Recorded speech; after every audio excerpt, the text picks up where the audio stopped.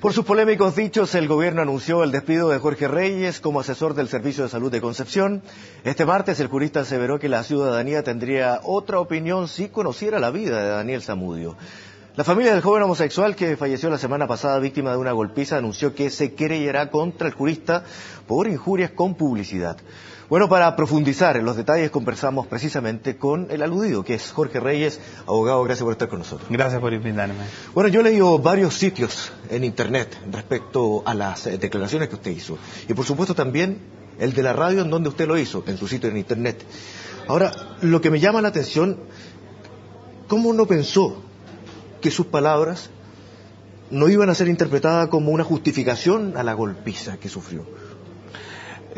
Porque nunca he señalado que eso es una justificación a la golpiza. Yo en la entrevista, incluso antes, señalo claramente que repudio lo que le ha pasado a Daniel, que condeno severamente a las personas que lo han hecho y que espero que reciban una ejemplificadora pena respecto de estos actos. Pero lo que a mí se me pregunta... Lo que usted señala, perdón, abogado, en un momento determinado en que se le está preguntando por otros temas, es que la gente podría pensar distinto de Daniel Zamudio si conociera su vida. No, yo no digo de Daniel Zamudio. Si conociera efectivamente que estaba alcoholizado al momento de ser golpeado. Y es por eso que yo parto con la pregunta señalándole si no pensó que eso iba a ser interpretado como una justificación a la golpiza. Claudio, es que yo no dije eso. ¿Nunca lo dijo? No, yo lo que dije fue que si nosotros conociéramos, porque a mí se me pregunta por una encuesta en la que hoy día hay una aceptación mayor de la homosexualidad. Y yo dije, si uno conociera la vida de los homosexuales que viven al extremo, probablemente tendríamos un juicio distinto. Y cuando me preguntan, mire, ¿y lo puede contextualizar? Claro, le dije yo, respecto de la prensa hoy día informa, ¿no es cierto?, que este niño Zamudio, digo yo, había sido echado a su casa y estaba alcoholizado. Eso es lo que nosotros nos tenemos que hacer cargo como sociedad, cómo por una conducta que él tiene, que es la conducta homosexual, puede llegar, ¿no es cierto?, a los extremos de tener que vivir fuera de su casa, tener que recurrir justamente al alcohol probablemente por su situación de discriminación. Ahora, su familia, que ha anunciado una querella en su contra, dice que es falso, que no vivía fuera de su casa, que vivía o en la de la mamá o en la del papá, pero que no vivía fuera de su casa. Yo supongo que y también es falso el que haya estado alcoholizado. Yo vuelvo a decir, yo me fundé en los medios de comunicación que habían informado eso, así que supongo que la familia extenderá esa querella que ellos dicen hacia los medios de comunicación, donde yo saqué exactamente lo que ellos dicen. Pero adicionalmente a eso, Claudio, yo refiero y entiendo que hay una molestia en la familia, y de esa perspectiva yo no tengo ningún inconveniente en señalar que me disculpo y profundamente, porque entiendo un dolor que hay ahí y que puede ser que mis palabras hayan exacerbado ese dolor. Pero creo que ese no es el punto. El punto principal aquí y lo fundamental es que yo hago un análisis respecto de lo que se me pregunta, porque nosotros estamos debatiendo el tema de la discriminación y yo coloco como ejemplo esa situación porque es respecto de lo que la sociedad nosotros nos tenemos que hacer cargo. El caso de Daniel Zamudio pueden ser muchos y nosotros tenemos una mirada como sociedad que ha llevado a estas personas a ese extremo. Por algo reclaman. Y no solamente me refiero al mundo homosexual, me refiero al mundo, por ejemplo, de las personas que son expresidiarios, me refiero a las personas que tienen un embarazo adolescente, me refiero a los muchachos que están consumidos por las drogas. Es la sociedad la que los ha llevado a esos guetos. ¿Todos esos grupos son guetos, como usted señala, con vidas desviadas? No, todos esos grupos, la sociedad los ha llevado a esos extremos de tener unas vidas que son dolorosas y difíciles. Y yo a lo que llamo a la sociedad es a conocer esas realidades. Sí, yo trabajo con una de esas realidades, por ejemplo, yo trabajo con las mujeres que han abortado. Conozco el dolor y conozco la discriminación que significan todos esos elementos. Pero ¿por qué te dice al momento en que se le pregunta respecto a la posición que ha cambiado de parte de la sociedad respecto a la homosexualidad, mucho más tolerante, de acuerdo a una encuesta que se realizó, que cambiaría absolutamente esta posición de la sociedad si se conociera la vida de los homosexuales? Y lo atribuye entonces, por ende, a un desconocimiento de la vida homosexual. Porque yo creo que hay un desconocimiento de la vida homosexual. Es tal el desconocimiento que respecto de los homosexuales, ¿cuál es la respuesta de los medios de comunicación? ¿Cuál es la respuesta de la sociedad respecto de ello? A ellos se les moteja, se ríen de ello. Yo llamo a hacer una introspección interna. Cada uno hágala en su propio fuero. ¿Cuántas veces no se ha reído de los homosexuales? ¿Cuántas veces no se ha mofado de ellos? ¿Cuántas veces no ha sabido que está al lado de uno? uno. Quizás en la oficina tiene una persona que sufre con esta realidad. Entonces, a lo que yo llamo justamente es a conocer esta realidad. Pero da la impresión que la sociedad muestra otra cosa, que es una apertura efectivamente al mundo homosexual, a aceptar a gente que trabaja, que vive, que convive. Yo por eso agrego que es una mirada muy epidérmica, muy superficial respecto de esta realidad. La realidad es mucho más profunda en esta materia. Son personas que viven una soledad tremenda, que tienen una falta de proyecto de vida. Adicionalmente, que la propia ciencia ha señalado que viven depresiones eternas, muy largas. Bueno, esa realidad es la que nosotros tenemos que aprovechar estos casos para hacernos cargo de esas realidades, para poder integrar verdaderamente a estas personas. No con una ley que nada agrega a la legislación actual. Y ahí era mi crítica a la ley y mi crítica a la clase política que creía satisfacer a la sociedad respecto de los temas de no discriminación, dictando una ley que redundaba en las mismas medidas que ya se habían tomado, sin hacer una reflexión profunda de las conductas.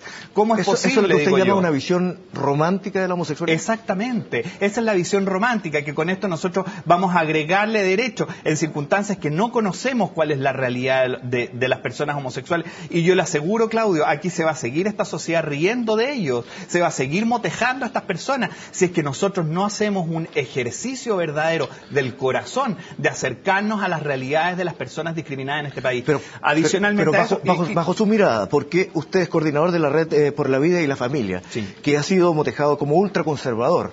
Bueno, eso es una motejación una vez más. Estas son las separaciones que hacen es la separación que hace. Pero para ir al punto, usted no comparte ese estilo de vida y cree que están equivocados y por lo tanto eso conduce a que se ubiquen en un gueto. Eso es lo que usted dice. No, yo estoy tratando de interpretar lo que usted me dice. No, es que me está malinterpretando. Yo vuelvo a reiterar lo que he dicho. Nuestra obligación como sociedad es conocer la realidad de las personas, sin tener un prejuicio respecto de ellas. Yo respecto de las personas homosexuales tengo la mayor cercanía respecto de ella, empatizo plenamente con la situación de dolor que viven y vuelvo a decir, porque trabajo con situaciones de dolor, yo trabajo con mujeres que han abortado, resulta de que yo conozco el dolor que significa sentirse totalmente paria en una sociedad y respecto de eso es lo que yo llamo a la sociedad a reflexionar de una manera mucho más profunda de lo que se hace en una encuesta de opinión cuando recién se conoce un caso y los casos de discriminación son mucho más amplios que eso. 2 días antes la misma prensa informaba que a un muchacho de color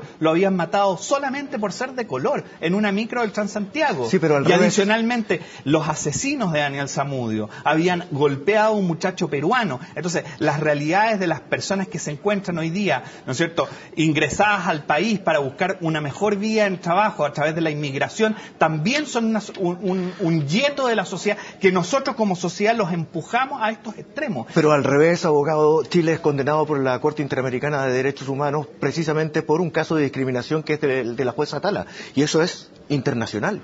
Bueno, pero fíjese que ese fallo, mismo ¿cómo fallo, habría optado Claudio, usted pero escúcheme, ese de mismo fallo declara que la legislación chilena no es discriminatoria. Lo dice expresamente.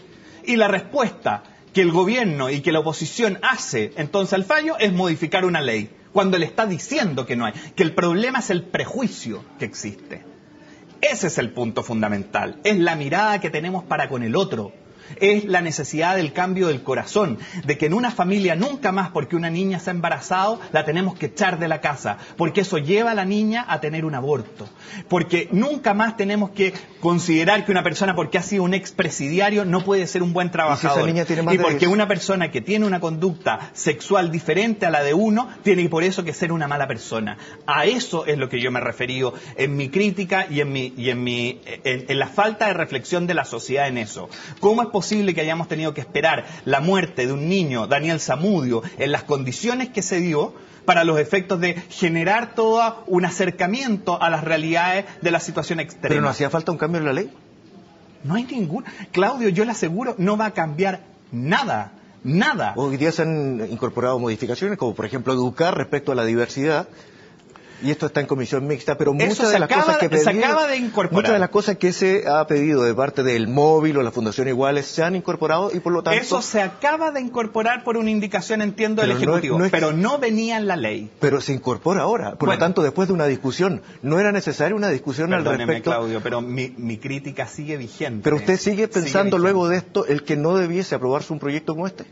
este proyecto, mire, si se aprueba o no se aprueba, yo vuelvo a decir, lo que nosotros no podemos hacer es poner nuestras esperanzas en un proyecto que nada añade a nuestra ordenamiento jurídico. Vuelvo a repetir, en el propio caso Atala se dice que nuestro ordenamiento jurídico, es más, rebaja las condiciones de protección, porque antes nosotros recurríamos por la no discriminación, por ejemplo, a las Cortes de Apelaciones. Hoy día vamos a tener que hacer un juicio ante los juzgados civiles.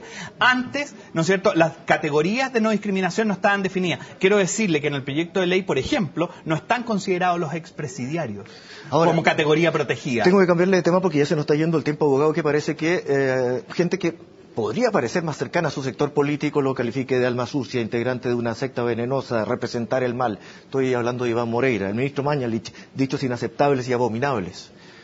No, mire, a ver, yo no quiero...